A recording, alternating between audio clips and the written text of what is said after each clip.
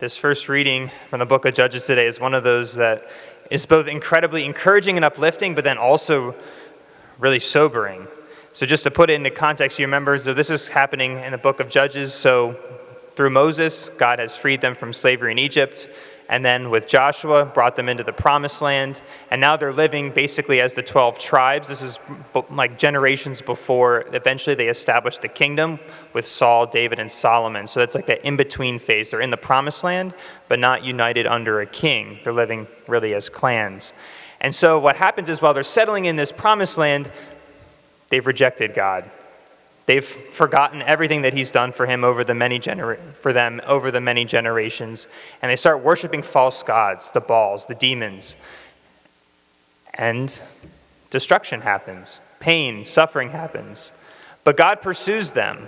He raises up judges, not those like with a gavel, like when we think of a judge, but rather like this leader, both a military and a spiritual leader, to call them back to conversion, to serve God again. And when they do that under this judge's leadership, they're freed, they're back in good relationship with God, but then the judge dies, and the cycle repeats itself again and again and again and again.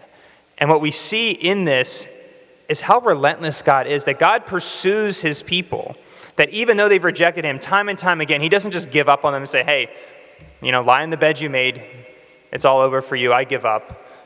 God doesn't do that, but instead he pursues them again and again and again and again. So we see his love, his relentless love here, but we also see his justice, that God's not going to force himself on them either, that he lets them choose. They have the choice. Do they want to reign with him and live under his rule with freedom and peace and mercy? Or do you want to submit yourself to evil?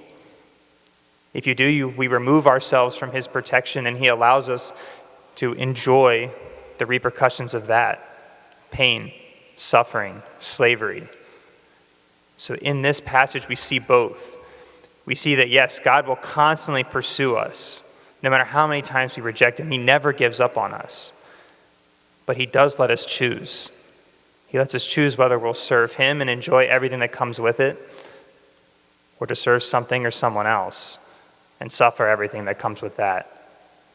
And so each and every day, you and I are left with this choice. Who are we going to serve?